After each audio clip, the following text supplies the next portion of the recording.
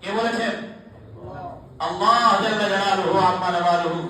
আয়াতের পরবর্তী অংশে আল্লাহ রাব্বুল ইজ্জত বলেন, ইন খিফতুম আইলা, যদি তোমরা দায়িত্বদান ভয় করো, ইন খিফতুম, যদি ভয় করো তোমরা আইলাতান, দারিদ্রতার ভয় করো, ব্যবসা বাণিজ্য বন্ধ হয়ে যাবে, আলু পাঠানো বন্ধ করে দিবে, পিএস বন্ধ করে দিবে, হুমকি দেয় না?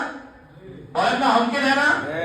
আল্লাহ জাল্লা জালালুহু আম্মা নাওয়ালুহু বলেন, ওয়া ইন খিফতুম আইলা, যদি তোমরা দায়িত্বদের ভয় করো, ফাসাউফা ইউগনিকুমুল্লাহু মিন ফাদলি, আল্লাহ জাল্লা জালালুহু আম্মা নাওয়ালুহু বলেন, নিঃসন্দেহে তোমরা যদি তাদের সাথে সম্পর্ক ছিন্ন করে চলতে পারো, ফাসাউফা ইউগনিকুমুল্লাহু মিন ফাদলি, অচিরেই রব্বে কায়নাত আল্লাহ রাব্বুল ইজ্জত তোমাদেরকে ধনী বানায় দিবেন, ধনী বানায় দিবেন। সুবহানাল্লাহ।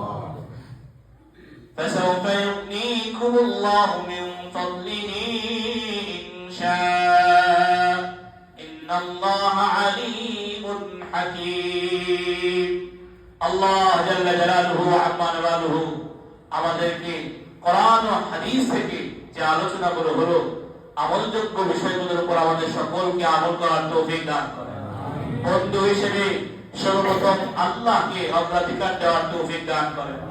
বন্ধুত্ব হবে মুমিনের কার সাথে? আল্লাহর সাথে, আল্লাহর রাসূলের সাথে এবং মুমিনদের সাথে।